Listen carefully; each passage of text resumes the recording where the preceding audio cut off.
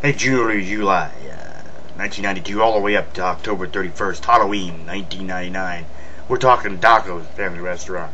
The years go by, but the memory stays, and those were the good old days. Thank you so much for going down memory lane with me. I'm going to take you back to a particular time at Doco's, and I'm going to tell you a story about a guy who stood out as probably one of the most psychotic employees that you could ever hire, as far as I'm concerned. We're talking about JamesPsychoCookTittle. He was the cook at Doco's. His nickname was Psycho Cook. James, when I first started in 1992, James was kind of on a swing shifts type deal. He worked a little bit of midnights and he worked a little bit of afternoons. And when I first started Doco's, he was on midnights at that particular time.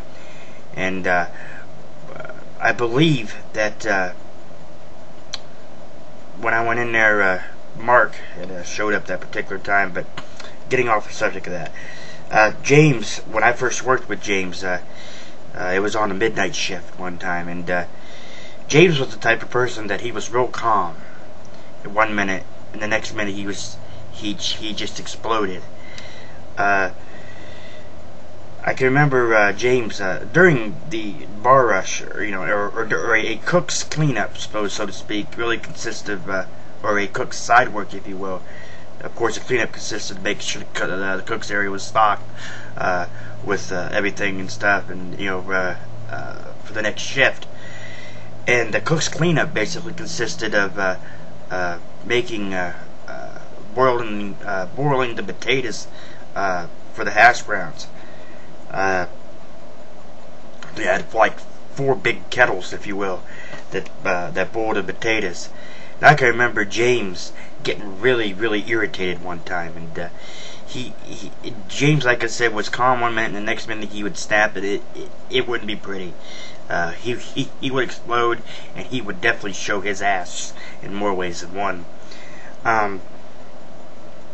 James, like I said, really a couple of times it really sticks out that showcases James's kind of calm, cool, or Dr. Jekyll to Mr. Hyde type mood, or if you will, from really calm to like really psycho, was the fact that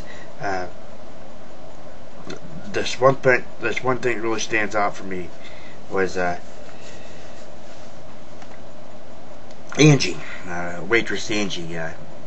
Angie was she worked at Ferraro's restaurant 1 or 2 days a week, I think, and then worked at Doco's a little bit on afternoons. And if you were a dishwasher, Angie was your worst nightmare. I seemed like no matter what happened, you always had the side bus tubs pile up, like in a matter of minutes, because she'd carry dishes from tables, put them in the side bus tubs, because she was too lazy to break down the dishes and silverware and whatnot into the bus cart, and it created a lot of problems for us dishwashers who worked there. And but anyway, Angie one time had brought him up an order, and something about the order, just a special order, something really special or something different. And James snapped, and you could see he would just, his eyes were getting real big, bug, and he'd pace back and forth in the cook's area, and he'd go back and slam the kitchen doors and everything, and he would just get really fidgety, and he would just really explode. Doc, I don't know who hired him in or whatnot, but James was a good cook. I mean, James could cook really good, but like I said, it was just that 0 to 100 thing there. 100 being, of course, that he would explode. Another time that stands out is one Saturday morning, towards the end of the Doco's run. I don't know if I told this before, but Doco's, I believe, started back in 1979. It used to be Diamond Bills, I believe it was, if I am mistaken. If I am wrong on this, I do apologize for it, but I do believe it was like Diamond Bills or something like that. And Doc and his mom and his dad had Lou, his mom, of course, being Betty, had purchased the building and, of course, turned to Doco's in 1979. So, but during the duration at the end of Doco's was they were close to like 1996, 97, I believe it was. I just want to say it's about 1996, 97, somewhere in that area.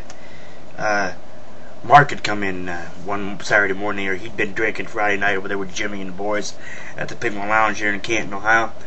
And Mark come in, he was drunk. And Mark had decided that he was still going to drink. So Mark had went ahead and had me go down at one point and get him a six-pack of Budweiser bottles from the Speedy Foods down the road. And he started drinking a lot.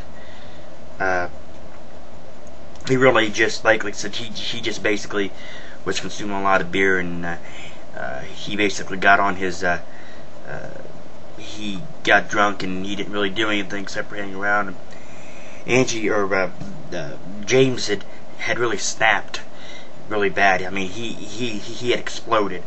Angie, you bitch, you slut. I mean, he started calling her Angie every name basically but a white woman.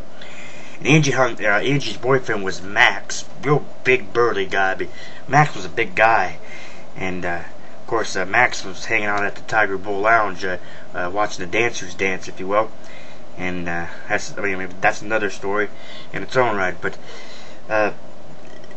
they ended up calling Doc and got Doc out of bed, I believe it was, that particular morning. And he's like, "Doc, you gotta get over here. James over here. Mark's drinking. I can't do anything. I can't do anything." Listen. But it was just one of those times, you know, that that was funny, because James had exploded on her like in a matter of seconds. He exploded on her.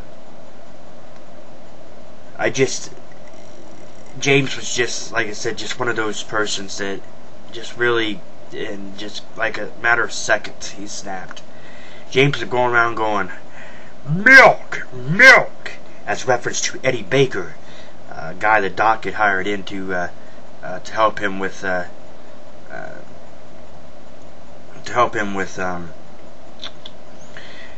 his little cooking duties in the back, you know. Doc would, of course, make the pies and whatnot, and he'd let Eddie do the dumplings and maybe get the salad together and do his soups, his homemade vegetable soup and his homemade chili, and it's real good eating there with as far as the chili and the vegetable soup goes. Wasn't much keen on the vegetable, but the chili was definitely a real good thing, and everybody loves Doc's chili, and it was real good eating. Doc had definitely made some real good chili, and really to this day I really don't think that I actually make sure, of course, up here in Indiana we put macaroni noodles in the chili. It's just something that they do up here. It's really weird. Come back and join me for part 2 of Psycho Cook, James Tittle, as I tell you the story, as I continue the story about James.